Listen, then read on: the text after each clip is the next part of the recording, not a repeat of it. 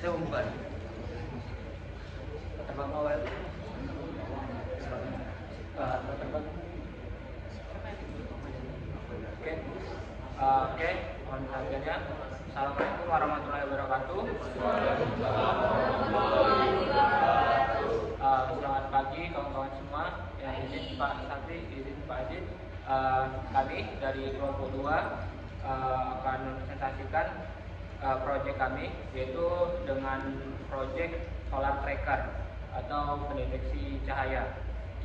Nah, kami berlima, tapi satu berhalangan hadir karena ada halangan, yaitu Marzuki Aris berhalangan hadir. Dan di sini kami presentasi berempat sebagai ketua kelompok, Tristan Fernando dan saya Aldi Junaidi sebagai moderator untuk presentasi kali ini, dan ada Raihan Ramadan dan Edi Gunawan. Nah, untuk presentasi selanjutnya saya serahkan kepada Edi Gunawan.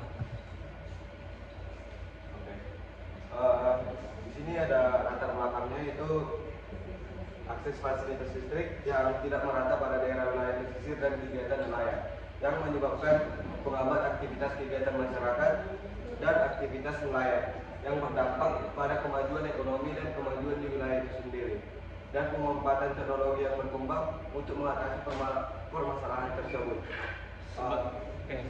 Sebenarnya latar untuk penggunaan panel surya atau solar tracker ini telah digunakan.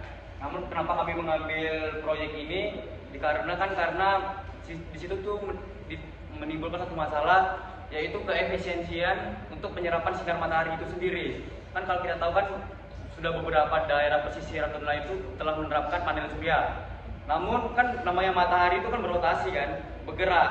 Nah, jadi di situ tuh keefisiensian penyerapan mataharinya itu sendiri itu kurang efisien, makanya kami membuat barang yang bernama solar tracker.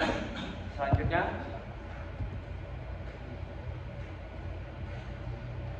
oke, untuk alat dan bahan yang kami gunakan di sini yaitu servo motor dan Arduino LDR resistor 10K, kabel jumper, solder, timah, dan untuk bahannya itu kardus. oke, untuk estimasi biaya sendiri untuk menyiapkan alat dan bahan serta hingga barangnya jadi kurang lebih itu 120.000 tanpa dihitung Arduino, karena di sini kami menggunakan Arduino BLDI sendiri. Oke, langsung. Jadi seperti ini kayak gambaran dari wiring solar tracker kami sendiri.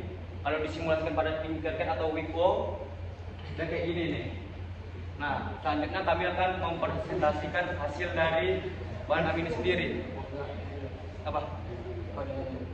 Codingannya dulu. Oke, di sini tuh kami ada beberapa codingan, soalnya nggak nampak. Nah, di sini tuh kami ada menggunakan 4 LDR sensor atau light detection tracker gitu, dan menggunakan 2 servo. Nah, jadi pada untuk input dari LDR-nya itu sendiri itu kami menggunakan input analog, pin analog, sedangkan untuk servonya sendiri itu kami menggunakan pin digital. Nah, untuk logika dan pemrograman kami sendiri itu sebenarnya kalau dibaca secara langsung ini memang kayak agak ribet, tapi kalau logikanya itu secara sederhana kalau kita definisikan itu udah di misalnya untuk bagian misalnya di sini tuh ada LDR1 dan LDR4. Nah, di situ kami kayak ada jika. Nah, jadi misalnya jika sinar matahari mengenai LDR1 dan 4, maka dia tuh sinarnya servonya sendiri itu akan otomatis mengikuti servonya itu sendiri otomatis mengikuti arah dari cahaya matahari itu sendiri. Nah, kurang lebih seperti itulah pemrogramannya, untuk logika pemrogramannya. Selanjutnya bisa dipraktekkan. Simulasi. Boleh ini. Jangan.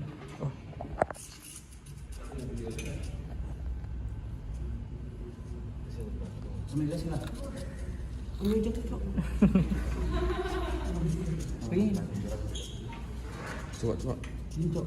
Nah, jadi misalnya contoh untuk misalnya sinarnya itu pada bagian atas itu dia akan mengikuti sinar tuh kayak ini. Dan apabila mataharinya naik, dia akan mengikuti. Begitu juga untuk arah kanan kirinya, karena ini dual ansys. Jadi terus mengikuti.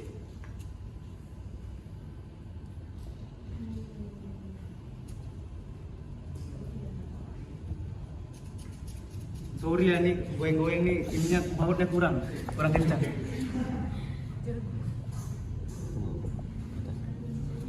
Udah keputar itu ya. Hah?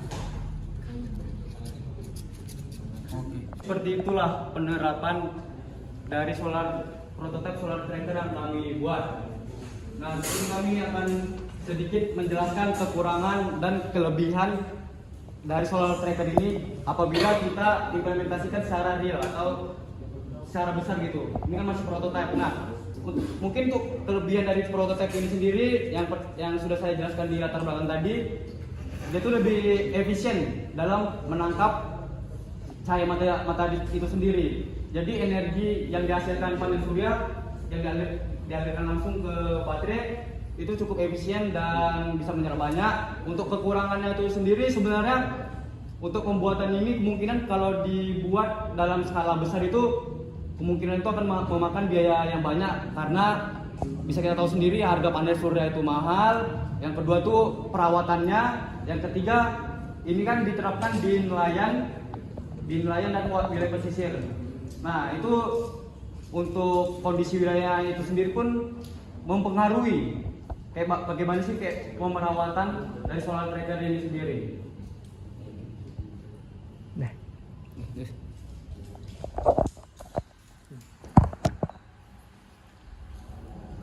Baik, mungkin itu saja demonstrasi dan presentasi kami. Mungkin kawan-kawan ada saran, masukan dan pertanyaan, silakan langsung bertanya aja.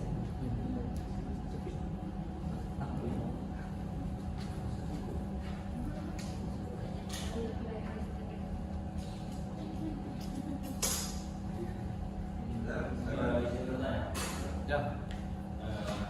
Itu kan pakai Arduino kan? Hmm. Pakai Arduino, otomatis membutuhkan sebuah daya.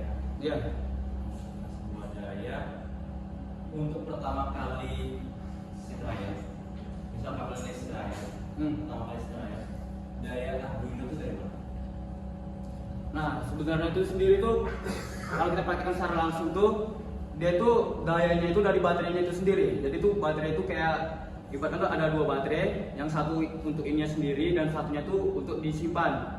Nah di situ kan timbul kan kayak masalah kekurangan dan kelebihan. Kok udah kayak yang harusnya menyerap energi kok malah dia pakai guna baterai kan. Nah itu sendiri kan kita tahu kan kalau kita lihat secara langsung kan emang kayak gerakannya tuh banyak kan, kayak ke kanan ke kiri. Nah kalau kita lihat secara kayak prototipe tuh terpikirkan kalau ini bakalan memakan banyak daya, tapi kalau secara real time gitu kan kita tahu kan rotasi matahari itu kan dia itu kan gak cepat gitu kan. Jadi daya yang dibutuhkan untuk dia bergerak itu pun juga sedikit gitu.